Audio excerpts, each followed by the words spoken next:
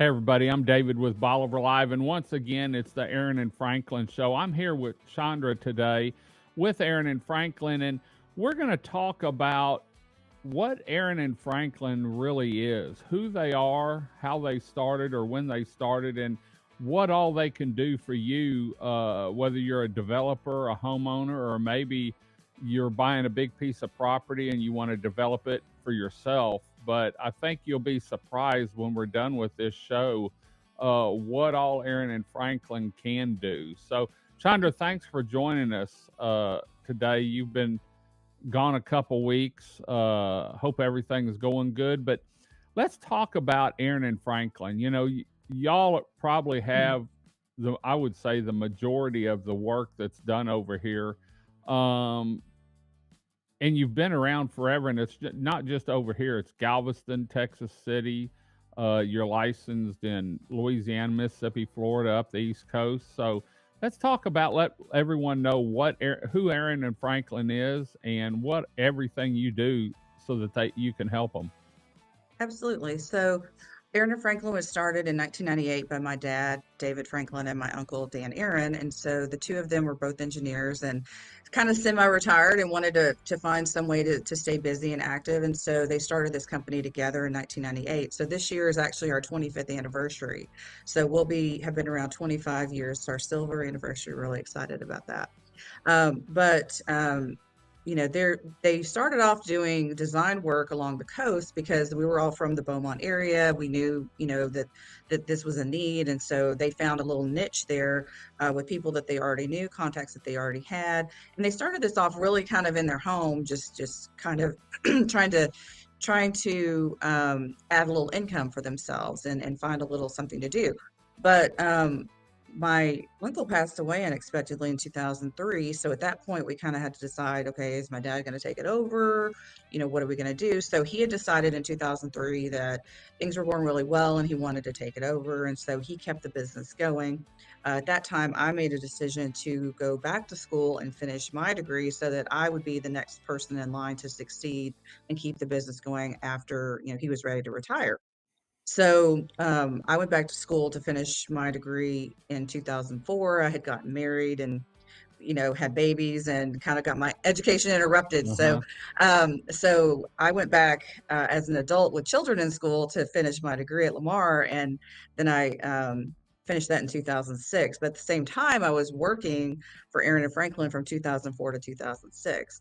And then after I graduated, I did all the normal steps. I worked for Aran and Franklin as a graduate engineer, then an engineer in training. And then in 2010, I actually got my professional engineering license.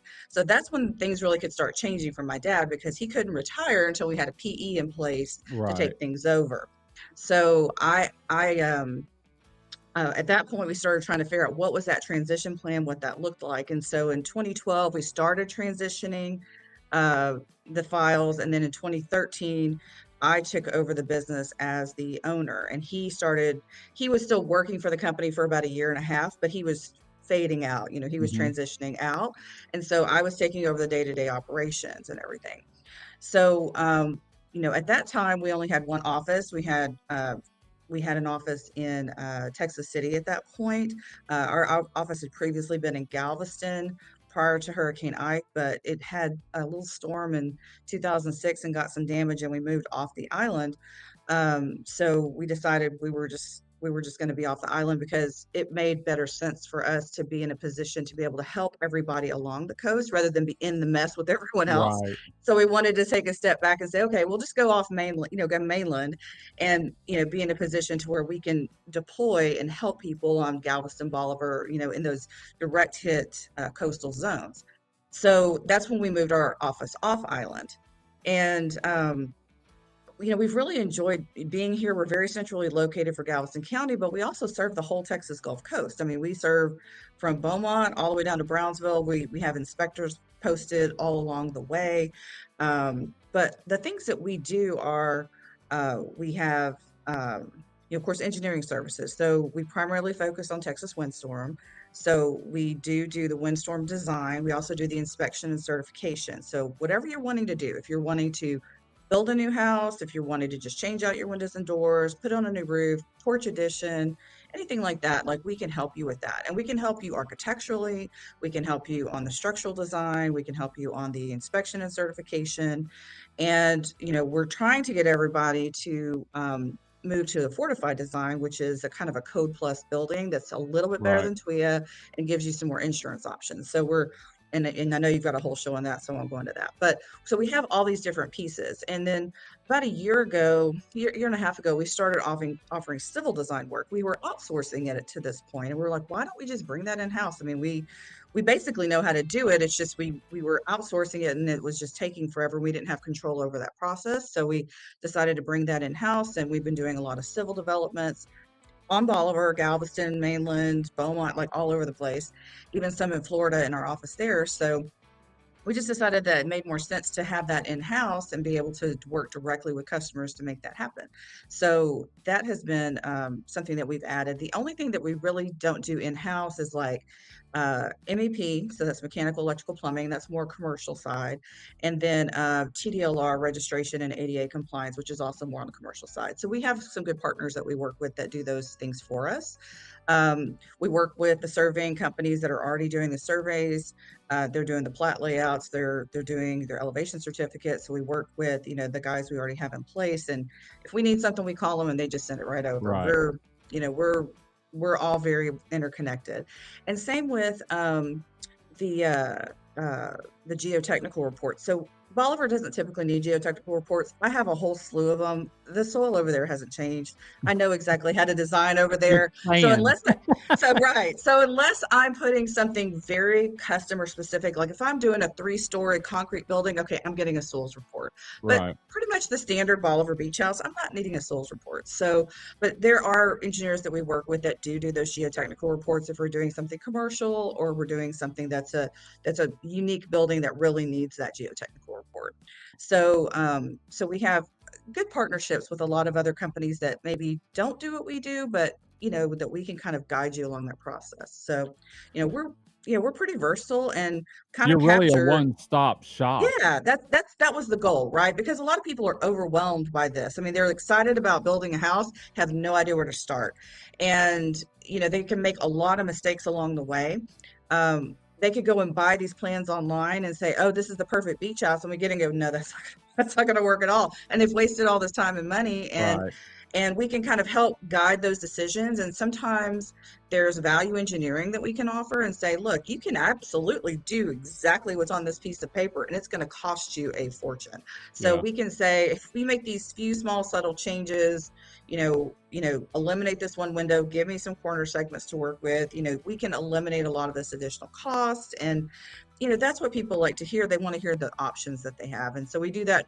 If we do architectural design, we do it from the design process forward instead of having to kind of backtrack after they've given us a design and it doesn't really work that well. So they can give you an idea on what they want, maybe something they've seen online because they like the layout of the house, the way the bedrooms are, the size of the rooms. And then Yeah. y'all can look at it and say, okay, draw it up and Sure. windstorm, because chances are that house could be built up in Missouri or Illinois, Exactly. and it's a whole different category up there to where they may not need the sound corners that we need down here or the way the Exactly. roof angle is, because they've got snow up there, we've got wind down here. And so Exactly. y'all can really help them along the way. And then if it's a subdivision that they're wanting to do, you can look at it and really lay it out to where they'll get the best properties as far as the layout, most available plots that you can get. Right. You have to be able to optimize that. So, I mean, the problem is we have to always do detention and drainage. So we have to Right. look at what are the kind of the premium lots that we're going to want to sell, right? That are going to look good. They're going to have the best view that, make the most sense to get the best dollar value for that owner.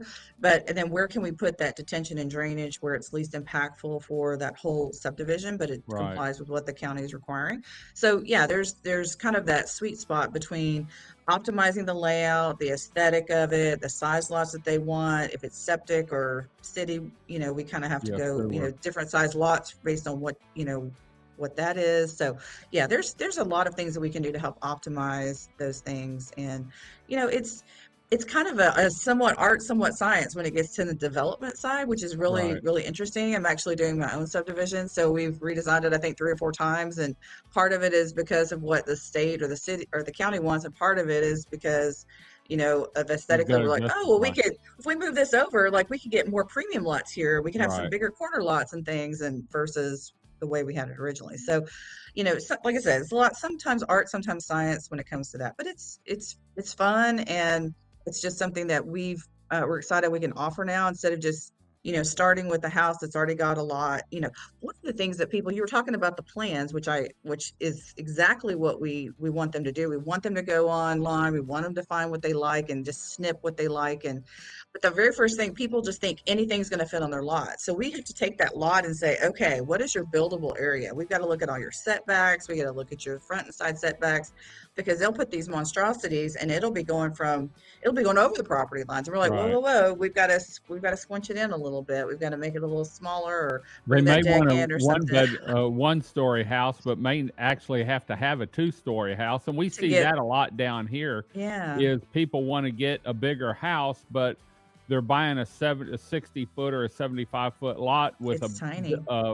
setback. Well, you can go up as high as you want, just about, as That's long right. as you can afford it, but you You just can't got to go any squinch it wider. in. Yeah, you got to stay squinched into those setback lines. I mean, that's one of the very first things that we do is we kind of look at, once we get the survey from the surveyors, like what is our buildable area? Uh-huh. What is the ground elevation? How high up is it going to have to go? And that kind of gives us some parameters of what we feel like we can do. And then they'll tell us what they want. And we'll say, okay, what you are showing will fit. And we're like, what you're showing really won't fit. We need to find something skinnier or Right. longer, or and let them start thinking of some ideas. One of the other challenging things that we have is people that want to, they say, oh, I want to stick a second story on my existing house. And we're like, well, that is not above base flood, and it has 8x8 piling underneath it, and it really can't support a second Right. level. And they don't want to hear that.